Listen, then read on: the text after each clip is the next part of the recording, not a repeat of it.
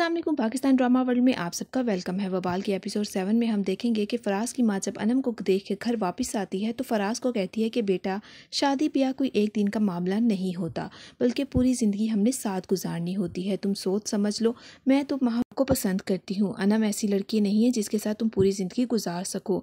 मैं अनम की बजाय माहम का रिश्ता लेकर जाऊँगी। जिस पर फराज कहता है कि बड़ी बहन के होते हुए छोटी बहन का रिश्ता लेना अच्छी बात नहीं है। लेकिन उसकी माँ कहती है कि बेटा, तुम्हारे पास पूरी रात है, जैसे तुम्हारी खुशी होगी मैं तो वही करूँगी, लेकिन पूरी रात है, तुम पहले सोच समझ लो। फराज की माँ जब अनम को देखकर घर वापस जाती है तो अनम उनके खिलाफ बहुत ज़्यादा बातें करती है और कहती है कि वो कैसी औरत थी, मेरे से इतने अजीबोगरीब सवालात कर रही थी। जिस पर अनम की दादी कहती है कि बेटा, सारी लड़कों की माएँ ऐसे ही सवाल करती हैं, वो बहुत शरीफ ख़ानदान से ताल्लुक़ रखती हैं, तुम शुक्र करो कि तुम्हें इतना अच्छा रिश्ता आ गया है। जिस पर अनम कहती है कि ये कैसा रिश्ता है, उस लड़की के पास ना अपना घर है और ना गाड़ी। जिस पर माहम भी उसे समझाने की कोशिश करती है कि आप फराज भाई को मत लूज़ करें। जिस पर अनम कहती है कि माहम, तुम तो चुप करो, हर मामले में तुम्हारा बोलना लाजमी नहीं होता। तरफ नजमा बंदूक के जोर पर शगुफ्ता से अपना हार तो ले जाती है, लेकिन शगुफ्ता को कुर्सी पर बांधकर चली जाती है। वो चीखती चिल्लाती है। उसकी आवाज़ सुनकर काम वाली और उसका बेटा उसके पास आता है तो शगुफ्ता अपने बेटे को बोलती है कि तुम्हें क्या, तुम्हारी माँ जब मर जाएगी ना, तब भी तुम अपने दोस्तों के साथ बिजी रहना, अभी मुझे खोलो। उसका बेटा उसको खोलता है और वो सारी तफसील अपने बेटे को बताती है कि नजमा इस तरह आई थी, मेरे पे बंदूक रख के अपना हार भी ले गई। वो बहुत ज़्यादा परेशान होती है और कहती है कि तुम लोग चले जाओ। तब फराज करता है अनम को कॉल और उसको कहता है कि आप अभी तक सोए क्यों नहीं। जिस पर वो कहती है कि आप भी तो अभी तक जाग रहे हैं। फराज उसे कहता है कि कल माँ आएगी और तुम्हारे साथ मेरा रिश्ता पक्का कर देगी। जिस पर अनम कहती है कि मुझे तो आपकी माँ का रवैया देखकर लग रहा था कि वो इस रिश्ते से इनकार कर देगी। जिस पर फराज कहता है कि अनम, ऐसी बात कोई भी नहीं है, इंशाल्लाह मामा कल आएंगी और तुम्हारी और मेरी बात पक्की कर देंगी। अनम ये बात सुनकर ज़रा मुतमईन हो जाती है। बेशक फराज को पसंद नहीं करती, लेकिन अंदर ही अंदर उसके दिल में फराज के लिए मोहब्बत पैदा हो रही है। अगली सुबह अनम की माँ शाकिर को नाश्ता देती है तो शाकिर को कहती है कि शाकिर, मुझे लग रहा है कि फराज की माँ अनम को पसंद नहीं करेगी, वो इस रिश्ते से कहीं इनकार ही ना कर दे। ये रिश्ता है तो बहुत अच्छा, लेकिन मुझे लग रहा है कि फराज की माँ को अनम से ज़्यादा माहम पसंद आई है। जिस पर शाकिर कहती है कि माहम बहुत अक्लमंद है, अगर वो माहम का रिश्ता मांगेगी तो हम माहम पर कोई भी ज़बरदस्ती नहीं करेंगे, जैसे माहम को पसंद होगा हम वैसे ही करेंगे। शाकिर से कहती है कि इतना नेक बच्चा है, मुझे तो लग रहा है कि कहीं वो उस रिश्ते से इनकार ही ना कर दे। जिस पर शाकिर कहता है कि राहत, ऐसी बातें मत करो, अल्लाह पे भरोसा रखो, अगर ये रिश्ता नहीं होगा तो कोई बात नहीं, अल्लाह ने अनम के नसीब में कुछ और लिखा होगा। सुबह फराज की माँ फराज को आवाज़ देती है कि नाश्ता कर लो। जब वो आकर बैठता है और नाश्ता करने लगता है तो फराज की माँ उससे पूछती है कि बेटा, तुमने क्या सोचा। जिस पर फराज अपनी माँ को कहता है कि माँ, मेरे दिल को जो अच्छी लगी है मैंने उसी के साथ पूरी ज़िंदगी गुजारनी है, ऐसी लड़की से शादी करने का क्या फ़ायदा जो आपके दिल को ना भाई हो। जिस पर फराज की माँ पूछती है कि बेटा, क्या तुम्हें अनम पसंद है।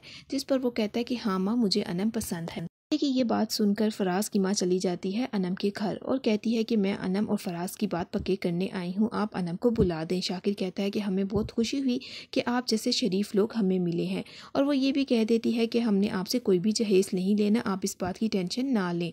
अनम कमरे से बाहर आती है तो फराज की माँ अपने हाथ से वो अंगूठी उतार के अनम को पहना देती है और मंगनी करके चली जाती है। वो अंगूठी देखती ही रह जाती है। दूसरी तरफ फराज की माँ शाकिर और राहत को कहती हैं कि आप लोगों ने किसी भी जहेज की टेंशन नहीं लेनी, आपने जिगर का टुकड़ा दे दिया, बहुत है। जब फराज की माँ चली जाती है तो अनम बोलने लग जाती है कि ये कैसी मंगनी है, मेरी दोस्तों की इतनी क्लासिक मंगनियाँ होती थी, इतने ब्रांडेड सूट आते थे, ज्वेलरी आती थी, ये क्या पित्तल की अंगूठी और उस पर सोने का रंग चढ़ाकर मुझे पहना गई है। वो अंगूठी अपनी उंगली से उतार के फेंक देती है। जिस पर माँ उसे कहती है कि ये क्या बदतमीजी है, तुम कब शुक्र अदा करना सीख जाओगी। कहती है कि मेरी किस्मत से या अल्लाह कब गुर्बत खत्म होगी। जिस पर माँ उसे कहती है कि तुम अल्लाह का शुक्र अदा करना सीख लो, देख लेना तुम्हारे सारे शिकवे शिकायतें खत्म हो जाएंगी। खैर, अनम इस रिश्ते से खुश नहीं है क्योंकि फराज के पास कोई भी दौलत या कुछ भी नहीं है। इसी तरह जब फराज जॉब से वापस आता है तो उसकी माँ उसको खुशखबरी सुनाती है कि मैं तुम्हारी बात अनम के साथ पक्की करके आ गई हूँ। जिस पर फराज बेहद खुश होता है और अपनी माँ को कहता है कि आओ हम बाहर आज खाना खाने चलेंगे। फराज की माँ कहती है कि तुमने कोई पैसे शादी के लिए जोड़े हैं। जिस पर वो कहता है कि मेरे पास तो सिर्फ 20-25 हज़ार होंगे।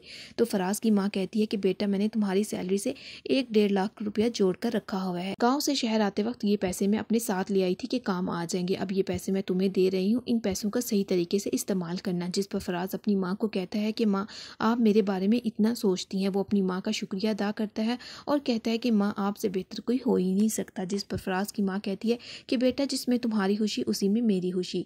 अगली रात फराज करता है अनम को कॉल और कहता है कि क्या आप इस रिश्ते से खुश हैं। हर लड़की कोई ना कोई आइडियल सोच के रखती है कि मेरा शोहर ऐसा होगा, आपने भी तो कुछ सोचा होगा। जिस पर अनम कहती है कि मैंने जो कुछ सोचा था ऐसा कुछ भी नहीं मिला। फराज ये बात सुनकर चुप हो जाता है और कहता है कि क्या वाकई मैं वैसा नहीं हूँ। जिस पर अनम कहती है नहीं नहीं ऐसी कोई बात नहीं है। अनम अपनी दिल की बातें उसके साथ शेयर करती है और कहती है कि मैं चाहती थी ऐसा लड़का मिले जो मेरी सारी ख्वाहिशात पूरी करे। सुबह अनम की माँ पुराने संदूक से अनम के जहेज के लिए कोई कपड़े ढूंढ रही होती है कि अनम वहाँ पे आ जाती है तो अपनी माँ को कहती है कि माँ ऐसे कपड़े आजकल नहीं चलते। जिस पर फिर अनम की माँ कहती है कि बेटा अब तुम्हें जहेज में कुछ तो देना है ना, खाली हाथ तो नहीं भेजना। जिस पर अनम अपनी माँ को बताती है कि आजकल ऐसी कंपनीज आ गई हैं जो किस्तों पर जहेज का सारा सामान देती हैं। वो अपनी माँ को वो सारी जहेज की तस्वीरें दिखाती है और कहती है कि माँ मैं अभी फ़ोन करती हूँ। वो फ़ौरन उधर फ़ोन करती है और उनसे सारी तफसीलात लेती है और कहती है कि किस तरह का पैकेज है आप मुझे बताएं। जिस पर वो कहते हैं कि आप हमारे ऑफिस जो है हमारे आउटलेट विजिट करें, हम आपको सारी तफसील बता देंगे।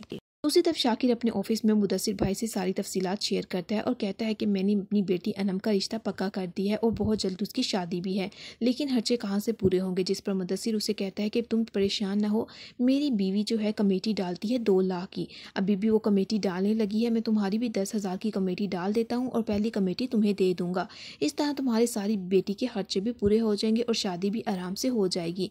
शाकिर ये बात सुनकर बड़ा पुरसकून होता है और उससे कहता है कि मुदस्सिर भाई मैं आपका कैसे शुक्रिया अदा करूं, जब भी मेरे पे मुश्किल टाइम आता है आप मेरी मदद कर देते हैं।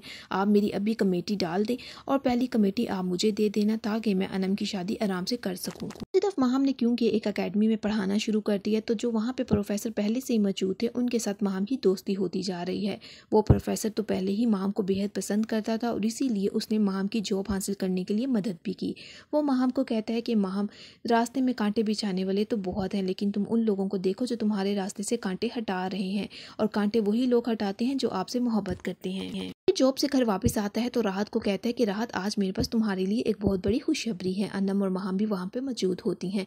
वो सब खुशखबरी सुनने के लिए खड़ी हुई होती हैं तो शाकिर कहता है कि अनम की शादी के लिए अब पैसे लेने की कहीं से ज़रूरत नहीं पड़ेगी। अब मेरा दोस्त मुदस्सिर है, उसकी बीवी कमेटी डालती है तो वो 2 लाख की पहली कमेटी हमें दे देगी। जिस पर अनम की माँ राहत बहुत खुश होती है और कहती है चलो अच्छा है, अनम की शादी आराम से हो जाएगी। और वो ये भी बताती है कि अनम ने आज एक कंपनी में कॉल की, कंपनी किस्तों पर जहेज देती है। ये बात सुनकर शाकिर को गुस्सा आ जाता है और कहता है कि नहीं, किस्तों और सूद वाला काम मैं कभी नहीं करूंगा। मैंने अपनी बेटी को हलाल कर खिलाया हो और अब इंशाल्लाह उसकी शादी भी हलाल पैसे से ही करूंगा। अनम ये बात सुनकर उदास होकर वहां से चली जाती है, जबकि राहत कहती है कि शाकिर क्या फ़र्क पड़ता है, हमने इधर उधर से भी तो उधार लेना ही है, तो बेहतर है ना किस्तों पर उसका जहेज ले लेते हैं।